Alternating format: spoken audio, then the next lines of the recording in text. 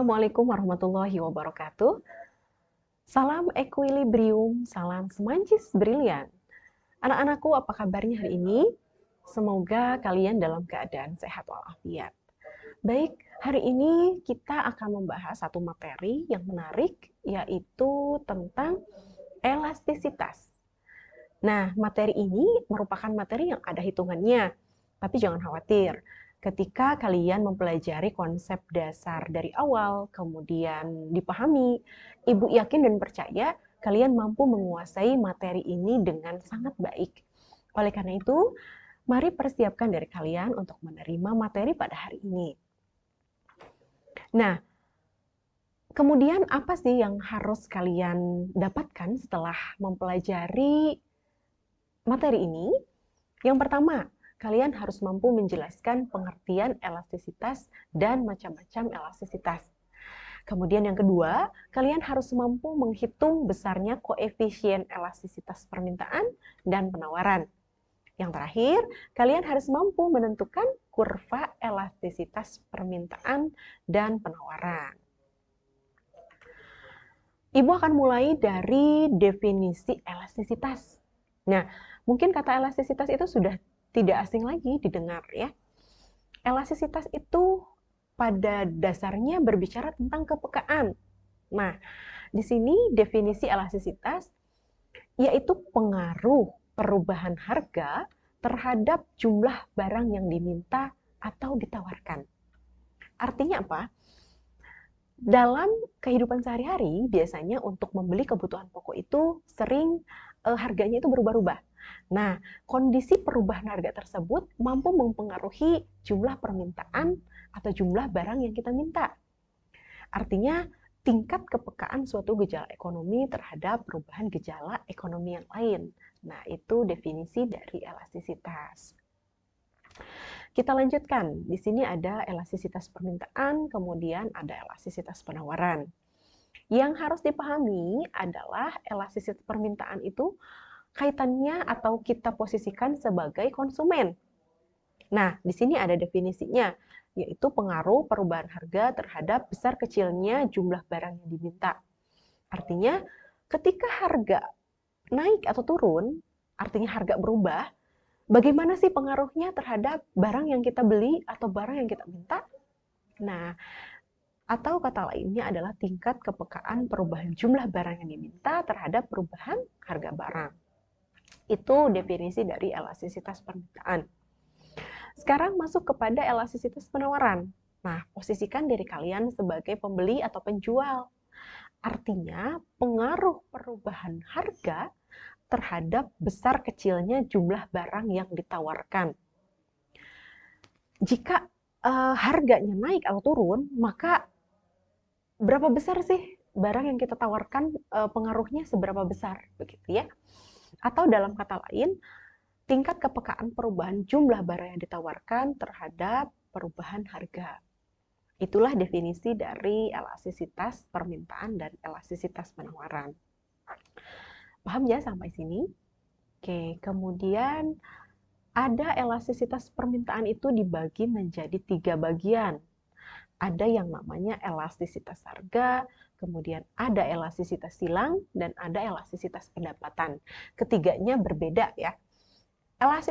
Elastisitas harga itu berbicara tentang pengaruh harga terhadap jumlah barang yang diminta. Artinya P terhadap Q. Ya, harga berubah sedikit, bagaimana sih ngaruhnya terhadap permintaan? Nah, kemudian yang kedua ada elastisitas silang. Elastisitas silang ini hubungannya antara barang yang satu dengan barang yang lain. Artinya begini, ketika harga barang X itu naik, maka berpengaruh tidak sih terhadap permintaan barang Y?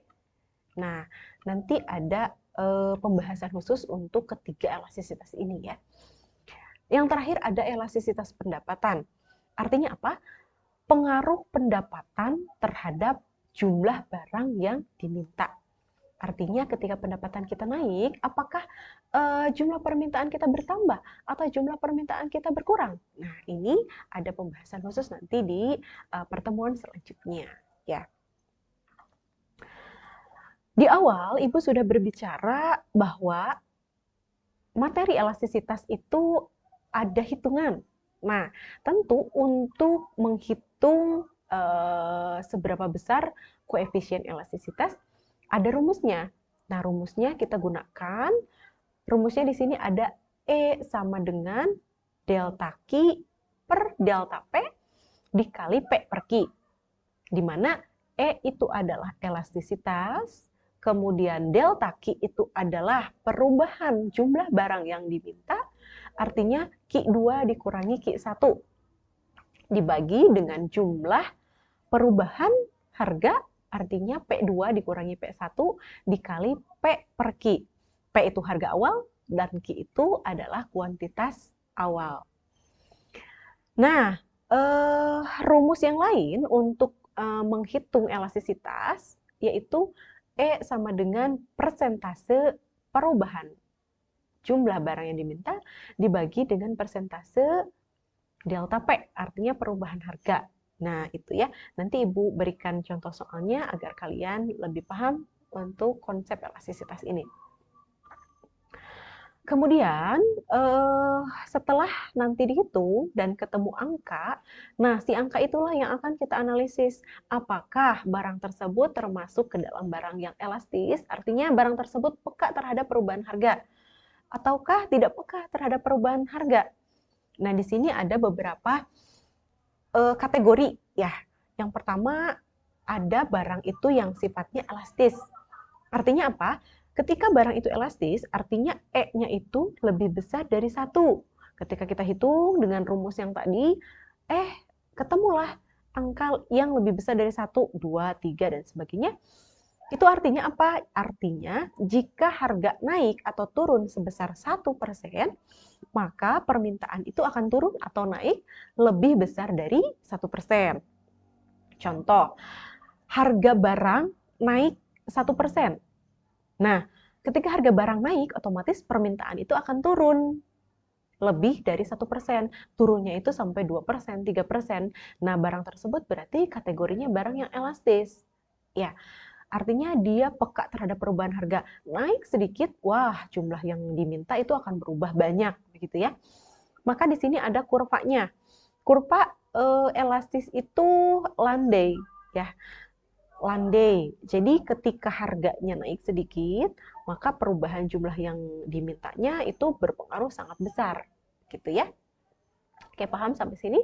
Kemudian yang kedua ada kategori inelastis. Inelastis itu kebalikan dari yang elastis. Inelastis itu angkanya berapa? Angkanya kurang dari 1. Artinya, jika harga naik atau turun sebesar 1%, maka permintaannya akan turun atau naik kurang dari 1%.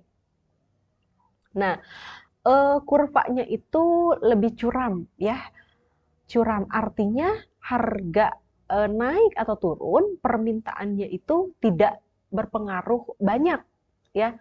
Nah, Ibu, adakah contoh barangnya? Contoh barang inelastis itu seperti barang kebutuhan pokok. Meskipun harganya naik, tapi karena memang kita butuh barang tersebut, kita tetap membeli, begitu ya. Harga minyak goreng naik, karena masyarakat itu butuh, tetap saja dibeli ya, meskipun permintaannya ada perubahan sedikit, gitu ya. Itu untuk kategori inelastis. Kita lanjutkan. Di sini ada unitary. Kalau unitary itu angkanya sama dengan 1. Maknanya apa? Maknanya jika harga naik atau turun sebesar 1%, maka permintaannya akan turun atau naik sebesar 1% pula. Gitu ya, jadi ini sama. Nah, bagaimana dengan kurvanya? Kurvanya itu tidak landai dan tidak curam. Ya, ini untuk barang yang unitary. Barang apa Bu yang unitary itu? Biasanya barang yang sekunder, seperti barang elektronik, begitu ya contohnya. Kita lanjutkan kepada kategori inelastis sempurna. Nah, inelastis sempurna ini angkanya adalah 0. Ya, artinya apa? Berapapun harga di pasar, ya ini berapapun harga di pasar, maka jumlah permintaannya itu tetap. Makanya kurvanya bentuknya vertikal ya. Jadi yang berubah itu harganya, kuantitasnya itu tetap begitu ya. Contohnya apa, Bu? Contohnya adalah barang-barang yang tidak ada pengganti. Contoh obat. Berapapun harganya, karena kita sedang sakit, kita perlu obat tersebut. Makanya pembelinya ya tetap gitu ya, mau harganya naik, mau harganya turun. Kan tidak seperti ini kasusnya.